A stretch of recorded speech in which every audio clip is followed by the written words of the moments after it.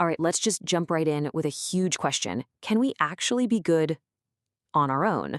I mean, it's something that challenges us personally, for sure, but it's also right at the heart of a really deep theological debate. So in this explainer, we're going to follow one specific and I think fascinating line of reasoning that connects our ability to love with the very nature of divine grace. And this is really the core of it. You're commanded to love God and your neighbor. Simple enough, right? But can you actually do it? Just you, using your own strength, your own will. It seems like a straightforward question, but whichever way you answer has these huge, profound consequences for everything else. And as you might expect, this one question has led to two completely different answers. It's like a fundamental fork in the road when it comes to understanding our relationship with the divine. So here's where those two paths really split. The first view is all about fairness. The logic is, a just God wouldn't command the impossible, right? So the power to love must be something we already have inside us. But view 2 comes at it from a totally different angle. The argument there is, look, keeping the commandment leads to eternal life. So if we could do that all by ourselves, well then we could achieve eternal life by ourselves. We wouldn't actually need God for our own salvation. See the tension? For the rest of this explainer, we're going to dive deep into the logic of that second view.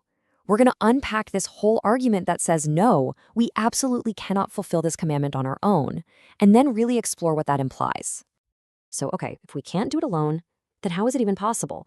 Well, this brings us to two huge concepts that have to work together in a very specific way: grace and free will. So, what even is grace in this context? Think of it as a free, totally unearned gift from God. It's the divine help that makes true love possible in the first place. But here's the twist, the really important part.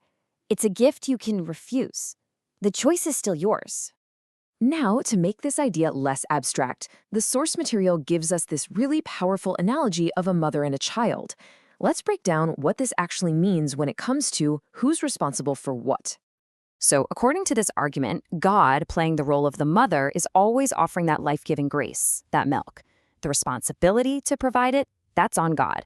But the final responsibility for the outcome, whether that milk actually gets drunk or not, that lands with the creature, with the child, and their free choice. Which, of course, brings up a really good question. If our free will means we have the power to refuse the very thing we need to be good, then why build the whole system this way? Why not just, make us good from the get-go? And the answer this argument gives is, well, it's maybe the most challenging part of this whole thing.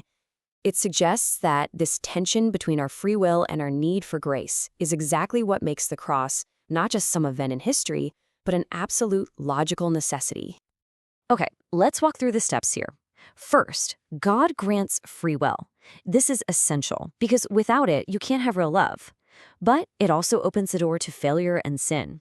That leads directly to step 2, our own imperfection. We just can't get there on our own. And this is where the cross comes in, as the necessary mechanism to perfect our will without taking away our freedom.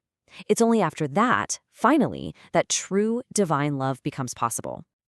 So the takeaway here is crucial. This argument is saying that these things are completely tied together. The cross becomes the absolute linchpin that holds the entire structure of free will and true love together.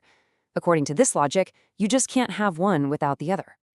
But here's the thing. Following this logical path doesn't actually lead to a nice, neat, final answer. Instead, the argument basically admits that this whole solution, the cross, just opens the door to an even deeper mystery. And this leaves us with some really profound questions. I mean, if this was the plan, why did it have to involve so much pain? And why design a system where we're fundamentally dependent, where we can't survive without a gift that we are totally free to just refuse? And why this particular order of events? Why is it that we have to know God's love first before we can even begin to truly love back? Which, of course, brings us all the way back to the beginning. If giving us free will was always going to lead to a situation so broken that it required the agony of the cross to fix, then why give us that freedom in the first place? And that is where this argument ends. After all the logic, all the steps, all the reasoning, the final conclusion isn't an answer at all. It's an admission of humility. It's this powerful statement that some reasons, well, they just remain with God, leaving us with a choice that isn't about understanding everything, but about trust.